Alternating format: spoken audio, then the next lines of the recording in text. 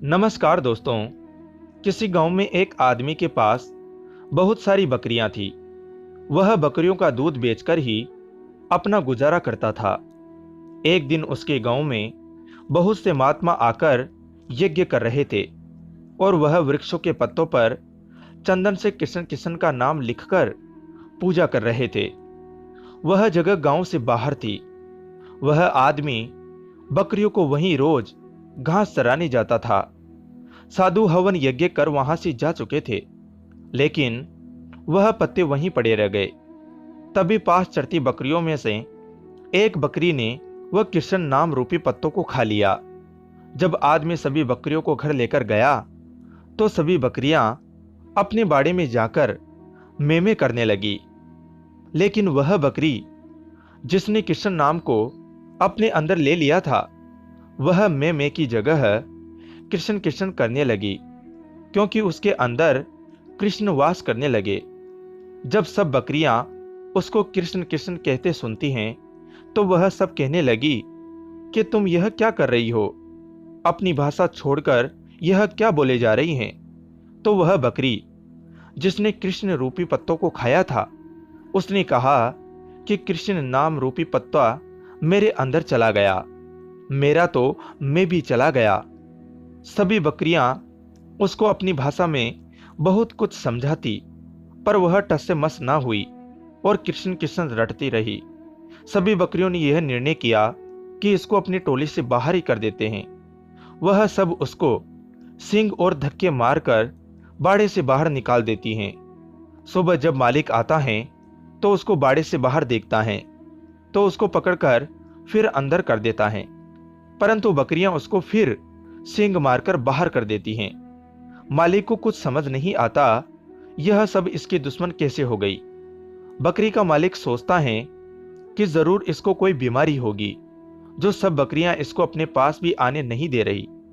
तो वह सोचता है कि यह ना हो कि एक बकरी के कारण सभी बीमार पड़ जाए। वह रात को उस बकरी को जंगल में छोड़ देता है। सुबह जब जंगल में अकेली खड़ी बकरी को एक व्यक्ति जो कि चोर होता है देखता है, तो वह उस बकरी को लेकर जल्दी से भाग जाता है और दूर गांव जाकर उसे किसी एक किसान को बेच देता है।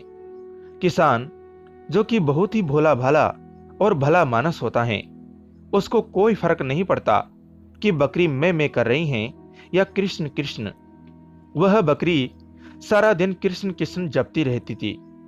अब वह किसान उस बकरी का दूध बेचकर अपना गुजारा करता था।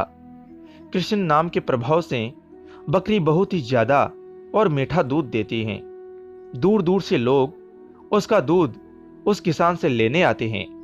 किसान जो कि बहुत ही गरीब था, बकरी के आने और उसके दूध की बिक्री होने से उसके घर की दशा अब सुधरने लगी। एक राजा के मंत्री और कुछ सैनिक उस गांव से होकर गुजर रहे थे। उनको बहुत भूख लगी, तभी उन्हें किसान का घर दिखाई दिया। किसान ने उनको बकरी का दूध पिलाया। इतना मीठा और अच्छा दूध पीकर मंत्री और सैनिक बहुत खुश हुए। उन्होंने किसान को कहा कि हमने इससे पहले ऐसा दूध कभी नहीं पिया। किसान ने कहा कि यह तो इस बकरी का दूध है जो सारा दिन कृष्ण कृष्ण करती रहती हैं। मंत्री उस बकरी को देखकर और कृष्ण नाम जपते देखकर हैरान हो गया। वो किसान का धन्यवाद करके वापस नगर में राजमहल चले गए। उन दिनों राजमाता जो कि काफी बीमार थी, कहीं वैद्यों के उपचार के बाद भी वह ठीक नहीं हुई। राजगुरु ने कहा, माताजी का स्वस्थ होना मुश्किल है, अब तो भगवान ही इन्हें बचा सकते हैं। राजगुरु ने कहा कि अब आप माताजी के पास बैठकर ज्यादा से ज्यादा ठाकुर जी का नाम लीजिए। राजा जो कि काफी व्यस्त रहता था, वह सारा दिन राजपाट संभाले या माताजी के पास बैठे। नगर में किसी के पास भी इतना समय नहीं कि राजमाता के पास बैठकर भगवान का नाम ले सके। तभी मंत्री को वह बकरी याद आई जो कि हमेशा कृष्ण कृष्ण का जाप करती थी। मंत्री ने राजा को इसके बारे में बताया। पहले तो राजा को विश्वास न हुआ, परंतु मंत्री जब राजा को अपने साथ उस किसान के घर ले गया तो राजा ने बकरी को कृष्ण नाम का जाप करते हुए सुना तो वह हैरान हो गया। राजा किसान से बोला कि आप यह बकरी मुझे दे दो।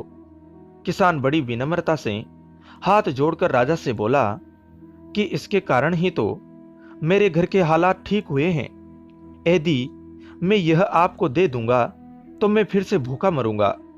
राजा ने कहा कि आप चिंता ना करो, मैं आपको इतना धन दे दूंगा कि आपकी गरीबी दूर हो जाएगी। तब किसान ने खुशी खुशी बकरी को राजा को दे दिया। अब तो बकरी राजमहल में राजमाता के पास बैठकर निरंतर कृष्ण कृष्ण का जाप करती रहती थी। कृष्ण नाम के कानों में पड़ने से और बकरी का मीठा और स्वच्छ दूध पीने से राजमाता की सेहत में सुधार होने लगा और वह धीरे धीरे बिल्कुल ठीक हो गई। अब तो बकरी राजमहल में राजा के पास ही रहने लगी। उसकी संगत से पूरा राजमहल कृष्ण कृष्ण का जाप करने लगा। अब पूरे राजमहल और पूरे नगर में कृष्ण रूपी माहौल हो गया। दोस्तों, एक बकरी जो कि एक पशु है और वह कृष्ण नाम के प्रभाव से जो सीधे राजमहल में पहुंच गई और उसका मैं अर्थात अहम समाप्त हो गया, तो क्या हम इंसान निरंतर कृष्ण नाम का जाप करने से अहंकार से मुक्त नहीं हो जाएंगे, भव से पार नहीं हो जाएंगे? हरे कृष्णा कृष्णा कृष्णा हरे हरे। दोस्तों, कथा आपको कैसी लगी कमेंट में लिखकर जरूर बताएं। अच्छी लगी हो तो वीडियो को लाइक करें और चैनल को सब्सक्राइब कर घंटी को जरूर दबाएं। कथा को अंत तक सुनने के लिए आप सभी का धन्यवाद दोस्तों। जय हिंद, जय भारत।